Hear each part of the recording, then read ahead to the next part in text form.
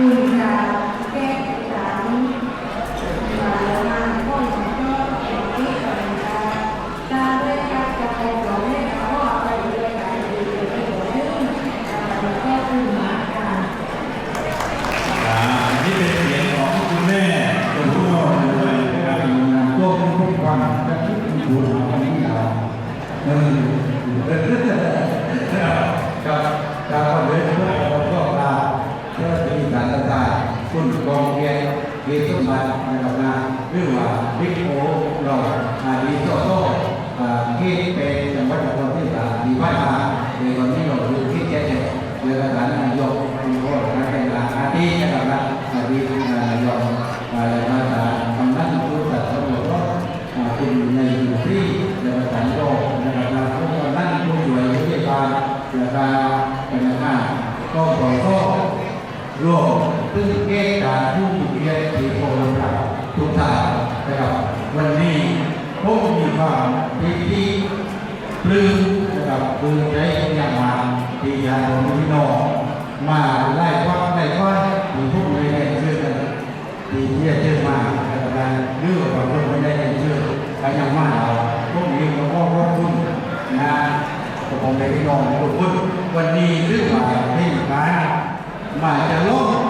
ที่มงคลทุกรอบนะครับเมื่อพระเจ้าโยตั้งอยู่ตรงโต๊ะตั้งนั้นแต่เรื่องเลยนะครับวันนี้มันมาเรียนจะลงเพื่อให้เกียรติคุณเจ้าบ่าวเจ้าเพื่อให้เกียรติต่างคนนี้ต่างไหวเจ้าบ่าวเองนะผมจะมีผมต้องขอบคุณนะครับผมมีพี่น้องทุกท่านทุกคนที่ผมได้เรียนเรื่องวันนี้นะครับนะผมว่าเรื่องนี้ก็มองในพี่น้องนะครับดีมากที่มงคลช่วงรอก็หลวงพ่อผมในการหลวงพ่อผมนี่คือหลวงพ่อวันนี้นะครับนะถือว่าอาจารย์ว่า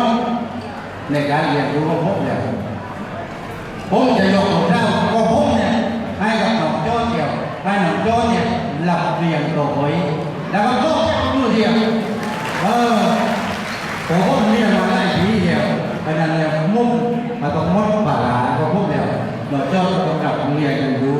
ต่อไปในชีวิตในการต่อเรือผมเป็นเรื่องเมื่อเรื่องตายโวยนับเป็นเรื่องที่ให้กับพระเจ้าในเรื่องนั้นนะครับนะพวกนี้นะครับวันนี้เนี่ยถ้าว่าดีใจมากดีใจนะครับนะดีน้องมากเป็นเงินละนะครับนะที่พวกเรียนเรื่องเก๊เป็นสังคมที่เราจะเป็นวันพุธนะครับนะเมื่อขึ้นเราไปที่บ้านเราช่วงหน้าเราช่วงนี้นะครับที่เราต้องคะแนนโชคคนตัวมาหมดจากตรงนี้แต่ว่าผมมาอยู่ตรงนี้มาตั้งตัวเราตรงนี้จะให้พอให้พี่น้องเรียนมาทางนี้ให้กับอำเภอชาวบ้านไล่ทำลายนั่นแหละให้บอกว่าไล่ทำลายบอกถ้าชาวบ้านประมาณว่าก็ทำลายก็รู้กันอยู่แต่กับได้ที่มาทางนี้ให้พี่น้องไม่ใช่ทางนี้คือการมาสร้างได้หาสร้างรุ่งไปสร้างชีวิตให้เราพี่น้องมีขึ้นเป็นทีมก็พี่น้องประชาชนต่อสู้เกี่ยวกับลูกค้าวาจาชนนะครับอันนี้คือข้อเสนอนะครับเมื่อมีธนาคารให้เดียวที่ถือเรื่องของพี่น้องได้ที่เมื่อต่อสู้ครอบครัวว่าคนอื่นใครว่าเรื่องต่อสู้ทำดูเพลงไม่ใช่ในบ้านนาการเรื่องนี้แต่ถ้าเราเอาไว้จะเราทำดูเรื่องมันจะดูประเด็นแต่ถ้าเราดูได้แยกตัวอย่างดูนะครับจบอย่างนี้อย่างนี้มีงานทำนะครับตัวนี้นะอันนั้น